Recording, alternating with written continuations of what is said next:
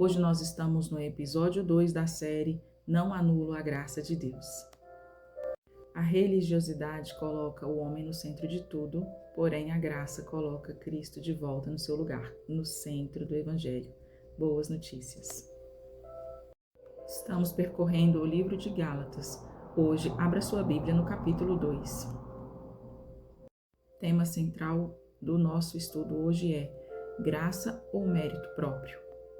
A salvação não é conquistada pelo mérito de cumprir todos os pontos da lei, porque nenhum homem foi capaz de cumpri-la, senão Jesus Cristo, nosso Senhor. Por isso, somos justificados mediante a fé em Jesus Cristo. Sobre isso, nós vamos continuar a estudar neste capítulo. Se você não assistiu, volte e assista o capítulo 1.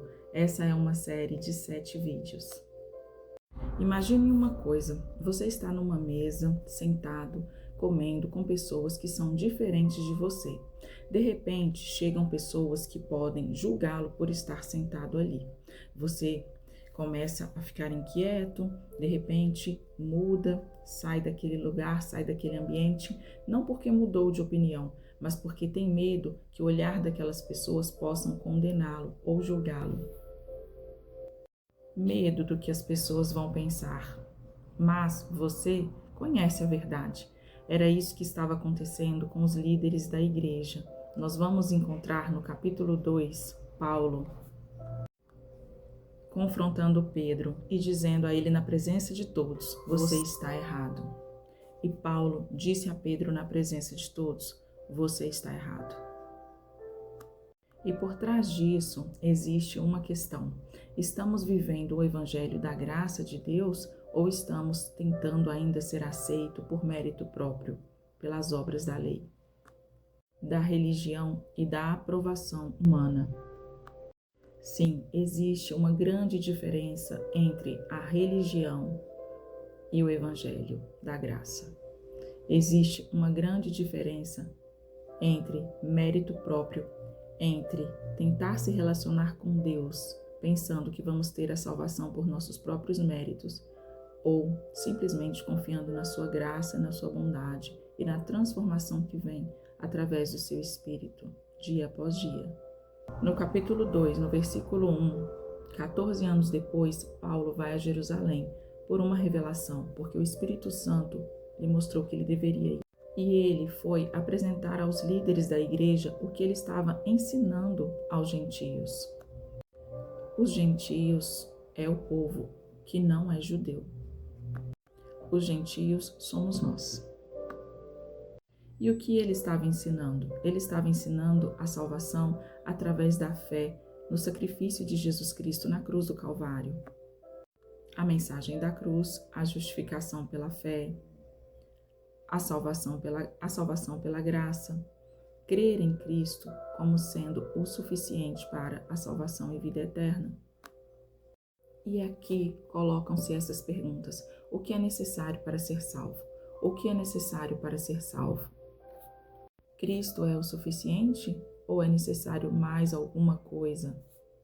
E essa pergunta nós temos também na nossa atualidade.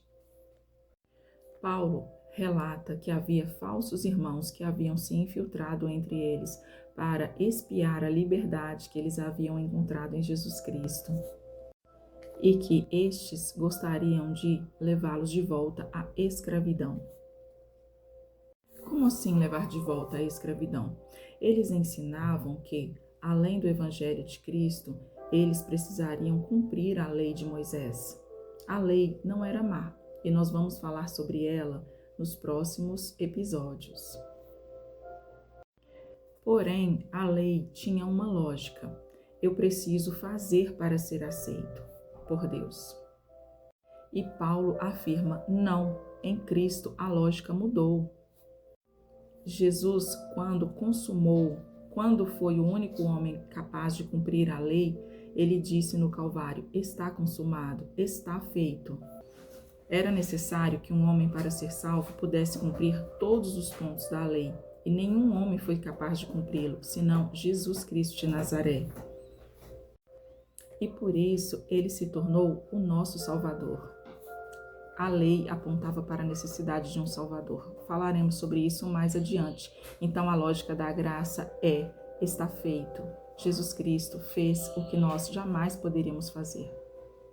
A obediência continua existindo, porém, ela muda de lugar.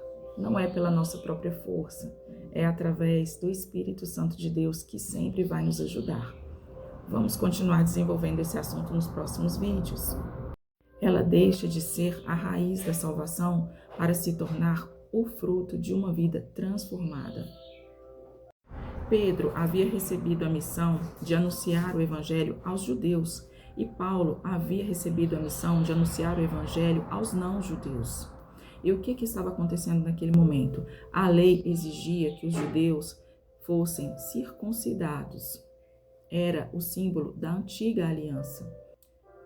Os judeus, os líderes da igreja e os judeus, eles gostariam de ensinar aos não-judeus esse conceito, essa parte da lei que eles deveriam cumprir, que eles também, além de aceitar Jesus Cristo como Salvador, deveriam cumprir pontos da lei.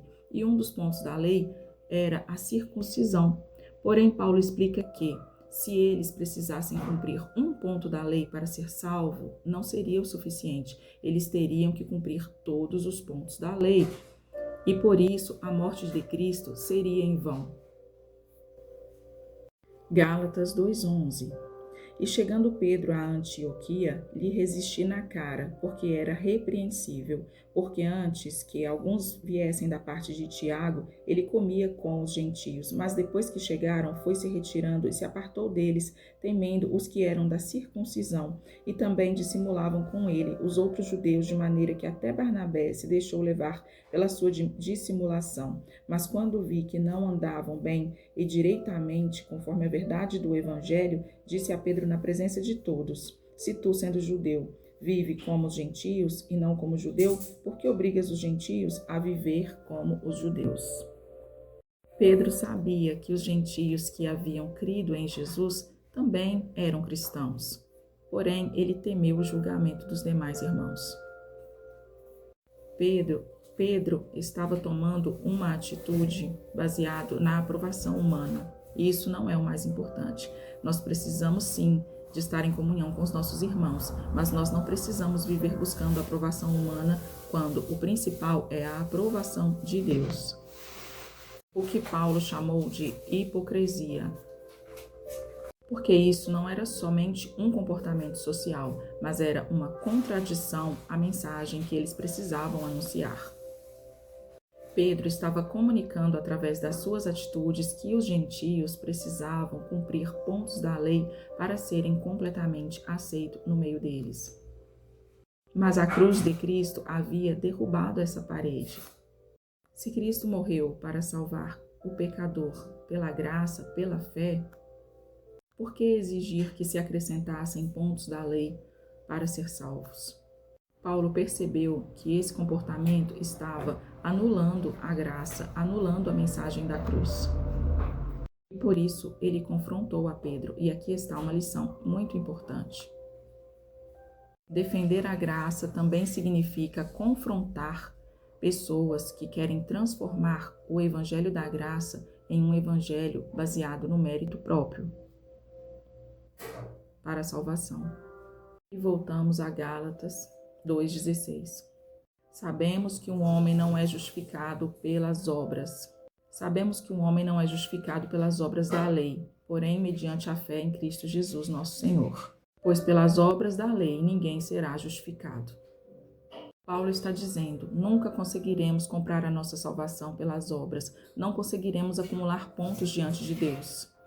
Não conseguiremos dizer: Senhor, eu fiz isso, eu fiz aquilo, agora o Senhor pode me aceitar. Ao contrário, Cristo é o suficiente.